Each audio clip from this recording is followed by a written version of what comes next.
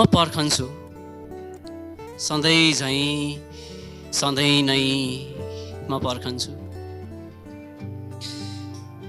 आफैलाई मैले पर्खिरहेको छु भन्ने थाहै नभई म पर्खन्छु। आफैलाई मैले पर्खिरहेको छु भन्ने थाहै नभई मैले पर्खिरहेको छु।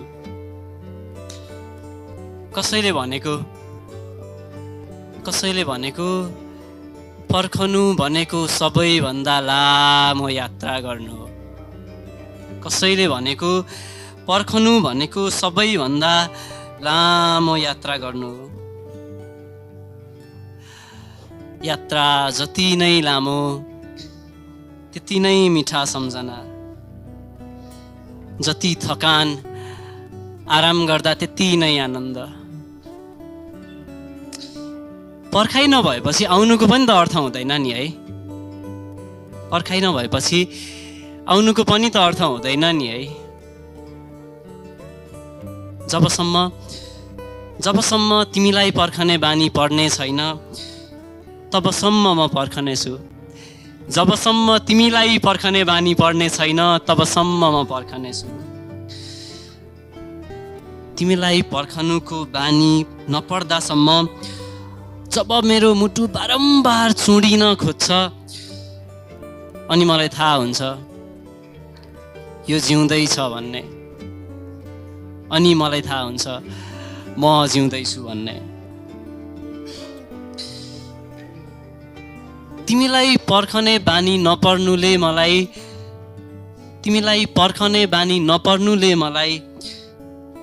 बानी पार्ने बहानामा मात्र भए पनि जिउँदो बनाएर राख्छ। तिमीलाई पर्खने बानी नपर्नुले मलाई बानी पार्ने बहानामा मात्र भए पनि जिउँदो बनाएर राख्छ। जबसम्म म पूर्ण हुने छैन तबसम्म मलाई पूर्ण हुने बहानामा मात्र पनि जिउँदो हुन मन लाग्छ। अनि तिमी आउनुले मेरो पर्खाइ पूर्ण हुन्छ। अनि तिमी आउनुले मेरो पर्खाइ पूर्ण हुनेछ। तिमी आउनुले म पूर्ण हुनेछु।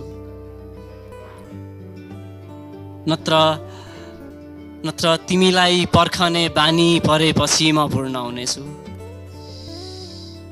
म तिमीलाई कहिलेसम्म पर्खनु?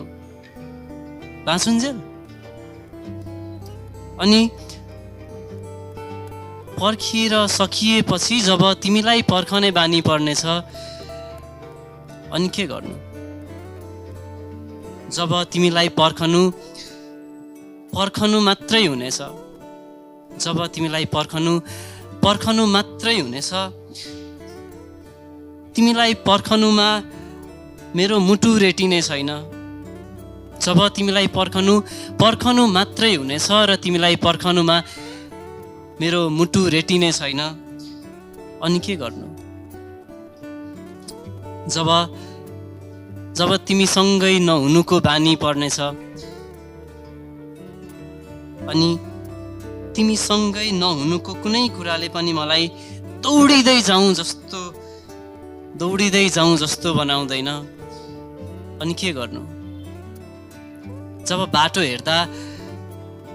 हेर्दा अब आउन कति बाँकी छ को सट्टा आउने होइन ले चित्त बुझ्नेछ अनि के गर्नु? तिमी आऊ है। मलाई पर्खनुको बानी पर्नु अगाडि नै तिमी आऊ है। ताकि तिमी जानुले बनाएको घाउ भर्न त्यति नै तिमी चाहियोस्। तिमी आऊ है। मलाई पर्खनुको बानी पर्नु अगाडि नै आऊ है। ताकि तिमी जानुले बनाएको घाउ भर्न मलाई त्यति नै तिमी चाहियोस्। ताकि तिमी जानुले बनाएको घाउ भर्न मलाई त्यति नै तिमी चाहियोस् जति तिमी घाउ बन्न लागेको थियो। तिमी आऊ है। मैले पर्खिएको थाहा नपाउँदै तिमी आऊ है। धन्यवाद।